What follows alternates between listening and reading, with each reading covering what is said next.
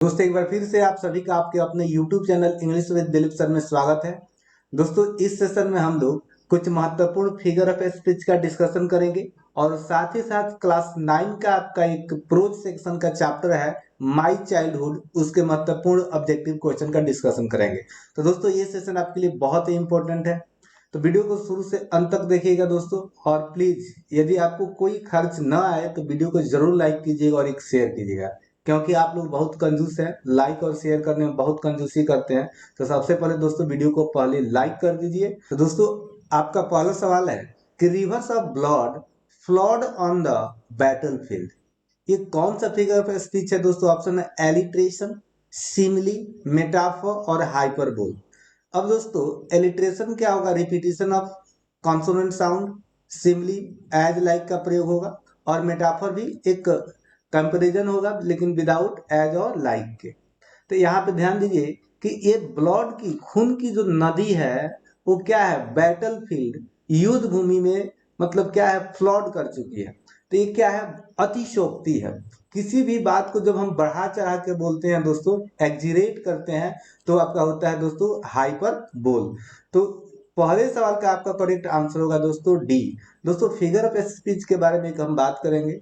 यदि अभी तक आप फिगर ऑफ स्पीच पे अच्छा से कमांड नहीं कर पाए हैं तो please her figure of speech का कम से कम एक या दो एग्जाम्पल याद कर लीजिए, आपके लिए बहुत अच्छा रहेगा। एग्जाम्पल याद कीजिएगा ना, तभी आपको जाकर ये फिगर ऑफ स्पीच समझ में आएगी जब आप दोबारा पढ़िएगा तो चलिए अगला लेते हैं। Camel is the ship of dessert. तो दोस्तों यहाँ पे कहा गया है कि कैमल क्या है? रेगिस्तान की जहाज है। तो दो चीज की तुलना है, सीप और कैमल की। तो तुलना है, तो तुलना के लिए क्या होता है दोस्तों? मेटाफर है, सिमिली है, पन है और पर्सनिफिकेशन है। तो इन चारों में दोस्तों आपका करेक्ट आंसर क्या होगा? मेटाफर होगा, क्योंकि यहाँ पे तुलना है लेकिन लाइक और एज का प्रयोग नहीं है, इसलिए आपका दो का करेक्ट आंसर हो जाएगा मेटाफर। अगला सवाल है कि O my loves like a red red rose. O my loves like a red red rose. तो दोस्तों इसके लिए ऑप्शन है आपका हाइपरबोल, बी है आपका मेटाफर, सी है एलिट्रेशन, डी है सिमिली। तो दोस्तों यहाँ पे सेंटेंस को ध्यान से देखिए, लिखा है कि O my loves like a red red rose, my love is, O my love is like a red red rose. तो यहाँ पे जब किसी वाक्य में दोस्तों आपको लाइक, एज, सो जैसे शब्द दिखाई दे तो वो समझिएगा आपकी क्या है दोस्तों? आपका वो है आपका सिमिली। तो यहाँ पे तीन का दोस्तों आपका करेक्ट आंसर हो जाएगा आपका डी। आगे बढ़ते हैं। अगला सवाल है कि opportunity knocks at the door but once. जो मौके होते हैं लाइफ में ना, वो एक बार जरूर दरवाजा खटखटाते हैं हर किसी के लाइफ में। तो यहाँ पे आपके लिए ऑप्शन है पर्सनिफिकेशन, मेटाफर, सिमिली, पन। दोस्तों जैसा कि आप जानते हैं कि जब हम किसी नॉन लिविंग थिंग को एक मानव जैसा दिखाने का प्रयास करते हैं तो वो कहलाता है आपका पर्सनिफिकेशन। तो चार का करेक्ट आंसर होगा दोस्तों आपका ए। अगला सवाल है कि death lays his icy hand on kings. तो दोस्तों हैंड, आईसी, यहाँ पे हैंड किसको होता है? हाथ किसको होते हैं? तो ये किसी व्यक्ति को होगा। तो यहाँ पे डेथ जो है इसका तो कोई हाथ होता है नहीं, लेकिन इसको मानव जैसा दिखाने का प्रयास किया गया है, इसको मानवकृत किया गया है। तो इसलिए इसका भी दोस्तों आपका करेक्ट आंसर हो जाएगा पर्सनिफिकेशन। आगे बढ़ते हैं दोस्तों, ये सवाल सभी आपके पूछे गए सवाल है। अगला सवाल है कि laughter holding both her sides. Laughter holding both her sides. अब यहाँ पे दोस्तों पकड़ना है, दोनों ही तरफ से पकड़ना है, किसी महिला को दोनों ही तरफ से पकड़ा है और क्या? लाफ्टर। तो ये जो नॉन लिविंग थिंग है इसको मानवकृत किया गया है, तो दोस्तों इसका भी आपका करेक्ट आंसर हो जाएगा पर्सनिफिकेशन। अगला सवाल है दोस्तों, Milton thou shouldst be living at this hour. Option है एपस्ट्रॉफी, एलिट्रेशन, आयरनी, ऑक्सीमोरोन। तो दोस्तों सेवेंथ का करेक्ट आंसर होगा आपका ए। अब ए कैसे होगा? अब दोस्तों जो एपस्ट्रॉफी होता है ये क्या होता है? एपस्ट्रॉफी को ध्यान से देखिए दोस्तों, apostrophe is a figure of speech that is used to address someone. ये किसी को संबोधित करने के लिए इसका प्रयोग किया जाता है। हु इज अब्सेंट, जो अनुपस्थित है, और ऑलरेडी डेड, और पहले ही क्या है दोस्तों, मर चुका है। It can also be use to address on abstract things, ठीक है दोस्तों, एड्रेस ऑन ऑब्स्ट्रैक्ट क्वालिटी और idea and even a non living objects. तो यहाँ पे हम क्या संबोधन कर रहे हैं, किसी नॉन लिविंग थिंग को, अब्स्ट्रैक्ट आइडिया को, या किसी डेड पर्सन को। तो वहां पे क्या होगा दोस्तों, उस सेंटेंस में आपका जो फिगर ऑफ स्पीच की बात करें वो होगा आपका एपस्ट्रॉफी। तो दोस्तों आगे हम जब फिगर ऑफ स्पीच का आपके साथ डिस्कशन करेंगे तो ऐसे ही सारे पॉइंट को हम कवर करेंगे, सबका डेफिनेशन लेके आएंगे। अगला सवाल है, how high his highness holds his haughty head. तो दोस्तों आप देख रहे हैं कि ये जो फर्स्ट लेटर है एच, जो भी वर्ड है इनका जो पहला लेटर क्या है, एच है, और एच क्या है आपका एक कॉन्सोनेंट साउंड है।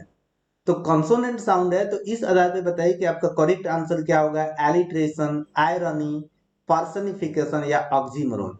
तो यहाँ पे दोस्तों करेक्ट आंसर होगा आपका एलिट्रेशन। ऐसा क्यों लिखा है कि alliteration is the repetition of one और मोर सिमिलर साउंड्स और letters at the beginning of two और मोर वर्ड्स। ठीक है, याद रखिएगा यहाँ पे कॉन्सोनेंट साउंड्स की बात की जा रही है, न कि वॉवेल साउंड्स की। वॉवेल साउंड्स होता तो बात कुछ और ही होता। तो चलिए आगे देखते हैं। अगला सवाल बहुत ही अच्छा है। ही वॉज माई फ्रेंड, वो मेरा दोस्त, faithful and just to me, but Brutus says he was ambitious and Brutus is honourable man. Option है दोस्तों इसके लिए एपस्ट्रॉफी, ऑक्सीमोरोन, आयरोनी और नॉन ऑफ दीज। तो दोस्तों यहाँ पे आपका करेक्ट आंसर हो जाएगा आयरोनी। अगला सवाल है कि is life worth living, that depends upon the liver. Option है मेटानोमी, मेटाफर, सिमली, आयरोनी। तो दोस्तों 10th का करेक्ट आंसर हो जाएगा आपका ए, मेटानेमी। तो मेटानोमी क्या होता है दोस्तों, ध्यान से देखिएगा। Metonymy is a figure of speech that replaces one word with another closely related word. मतलब हम किसी किसी दूसरे बात के लिए हम उससे संबंधित एक वर्ड का प्रयोग करते हैं, बुझिए कि हम संबोधन करते हैं। दोस्तों एक आपका है इसमें साइनोडोकी, जो इससे मिलता जुलता है, लेकिन साइनोडोकी जो दोस्तों होता है वो किसी चीज का एक पार्ट होता है। जैसे हम कहे कि व्हील्स, तो व्हील्स कहने से क्या हो गया, एक फोर व्हीलर हो गया। तो फोर व्हीलर वहां पे आपका एक पार्ट है, लेकिन यहाँ पे हम बोल रहे हैं लीवर। तो लीवर क्या है, जीवन का एक पार्ट नहीं है। ठीक है दोस्तों, यहाँ पे लीवर जीवन का एक पार्ट नहीं है। आगे हम दोस्तों स्पेशल वीडियो एक मेटानोमी और सिनेक्डोकी पे लेकर आएंगे, जो बहुत ही इंपॉर्टेंट है आपके लिए। तो दोस्तों जरूर बताइएगा कि ये सेशन कैसा रहा। जैसे आपके लिए फिगर ऑफ स्पीच लाए हैं, आगे ही और भी हम फिगर ऑफ स्पीच लाएंगे। तो चलिए दोस्तों अब हम क्लास 9th के कुछ इंपॉर्टेंट सवाल का डिस्कशन करेंगे। माई चाइल्डहुड एक चैप्टर है आपका क्लास 9th में, pro section my my childhood. इसके रचनाकार हैं दोस्तों एपीजे अब्दुल कलाम। तो सवाल है कि APJ Abdul Kalam was awarded by in dash dash in 1997। दोस्तों कौन सा पुरस्कार एपीजे अब्दुल कलाम को 1997 में मिला था। तो दोस्तों ऑप्शन है पद्म भूषण, पद्म विभूषण, भारत रत्न और नोबेल।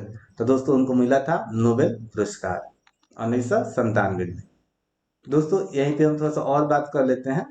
अब जो आपके एपीजे अब्दुल कलाम है, इनका पूरा नाम याद रखिएगा, अबुल पाकिर जैनुद्दीन अब्दुल कलाम। तो ये पूछा जा सकता है।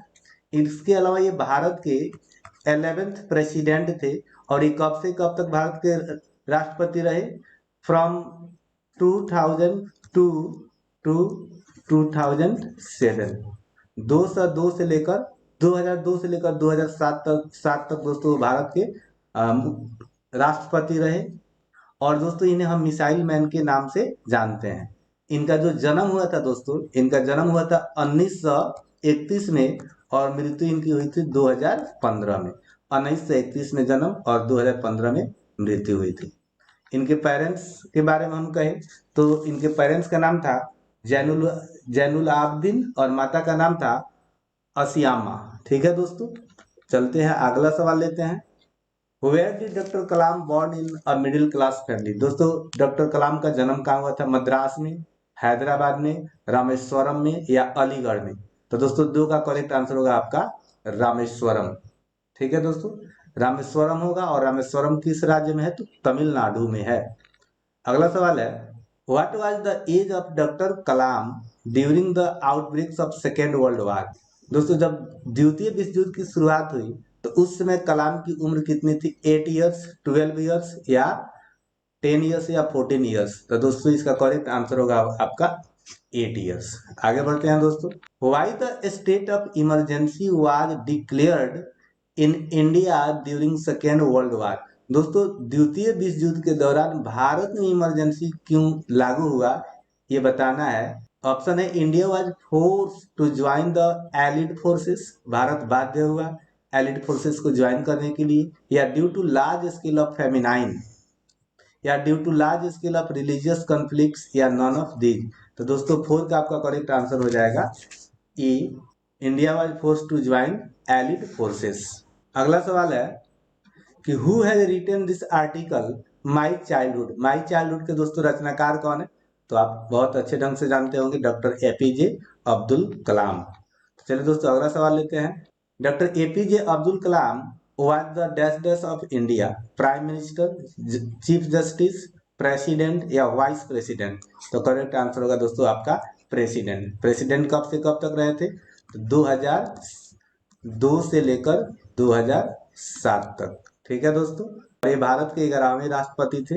अगला सवाल है कि when did APJ Abdul Kalam born. दोस्तों एपीजे अब्दुल कलाम का जन्म कब हुआ था?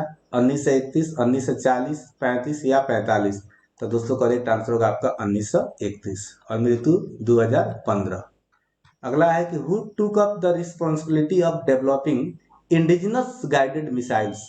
स्वदेशी मिसाइलों को डेवलप करने की जिम्मेदारी किसने ली? विक्रम सेठ, राजा रामन्ना, एपीजे अब्दुल कलाम या महात्मा गांधी। तो दोस्तों महात्मा गांधी की तो यहाँ पे बात ही नहीं है, यहाँ पे करेक्ट आंसर होगा आपका डॉक्टर एपीजे अब्दुल कलाम। अगला सवाल है कि who is credited for the development of Prithvi and Agni missiles. Option, doctor APJ Abdul Kalam, Anil Kakodkar, Sam Pitroda, none of this. Correct answer A. अगला सवाल है, doctor Kalam work as a July, यहाँ पे दोस्तों डैश डैश होगा, जुलाई 1992 टू दिसंबर 1999। तो दोस्तों कहने का आशा है कि 1992 से लेकर 1999 तक कलाम कार्य किए किस रूप में? डिफेंस एडवाइजर, या साइंटिफिक एडवाइजर, या टेक्नोलॉजी एडवाइजर, या पॉलिटिकल एडवाइजर। तो दोस्तों साइंटिफिक एडवाइजर के रूप में काम किए थे। ये आपके लिए इंपॉर्टेंट सवाल है। आगे बढ़ते हैं, ये भी बहुत इंपॉर्टेंट सवाल है दोस्तों, which of the following made India a nuclear weapon state. Pokhran first test, test of Agni third, या पोखरान सेकेंड टेस्ट, या नॉन ऑफ दीज। तो दोस्तों पोखरान सेकेंड टेस्ट हुआ था, करेक्ट आंसर आपका होगा सी। अगला सवाल है कि under whom the test of Pokhran second was carried. किसके अंदर में हुई? Atal Bihari Vajpayee, doctor APJ Abdul Kalam, R Chidambaram, या नन ऑफ दी। तो करेक्ट आंसर होगा दोस्तों आपका बी। 13 नंबर है सवाल कि from where doctor Kalam was specialized in aeronautical engineering. बहुत इंपॉर्टेंट सवाल है दोस्तों, इसमें एक वर्ड है आपका एरोनॉटिकल, इसका स्पेलिंग जरूर याद रखिएगा। तो कहाँ से वो स्पेशलाइज्ड हुए थे इस इंजीनियरिंग में? IIT Chennai, Motilal Nehru engineering college Allahabad, या मद्रास इंस्टीट्यूट ऑफ टेक्नोलॉजी, या बीट मेसेरा। तो करेक्ट आंसर हो जाएगा दोस्तों मद्रास इंस्टीट्यूट ऑफ टेक्नोलॉजी। 13 का करेक्ट आंसर सी। 14 नंबर सवाल है आपका, for how much period doctor Kalam work in ISRO. कितने समय के लिए डॉक्टर कलाम इसरो में कार्य किए? अ डिकेड, 2 डिकेड्स, 5 ईयर्स, या 15 ईयर्स। तो करेक्ट आंसर होगा दोस्तों 2 डिकेड्स। अगला सवाल है, in which of the technology given below doctor Kalam mastered in ISRO. किस टेक्नोलॉजी में कलाम मास्टर बने थे इसरो में? ऑप्शन है, information technology, nuclear technology, launch vehicle technology, या नन ऑफ दीज। तो दोस्तों करेक्ट आंसर है लॉन्च व्हीकल टेक्नोलॉजी। तो दोस्तों इस सेशन में इतना ही।